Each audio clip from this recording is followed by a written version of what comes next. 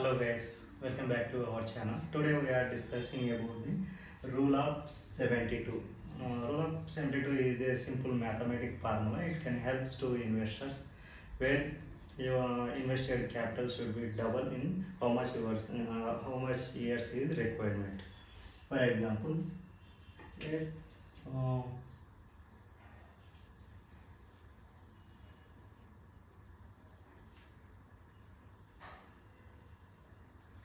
double your capital is called 72 by annual returns.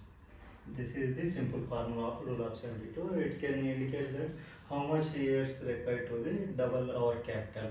For example, our investment is 1 lakh.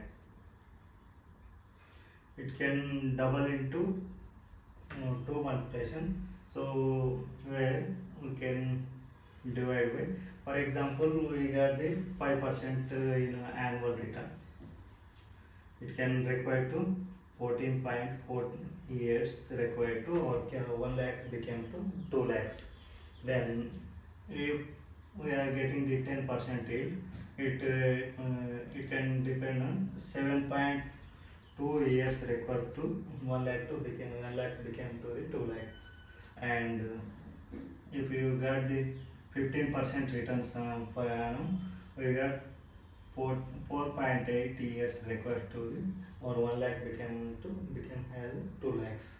And if we got the 20% per annum returns, we got the 3.6 years required, and 3.6 years required to the 1 lakh became as 2 lakhs. If we got the 25% yield per year, so we got 2.8 years required to the 1 lakh became to the 2 years. This is the simple mathematical formula where we can analyze the our capital double. So always we have to check the market in the percentage of view. For example,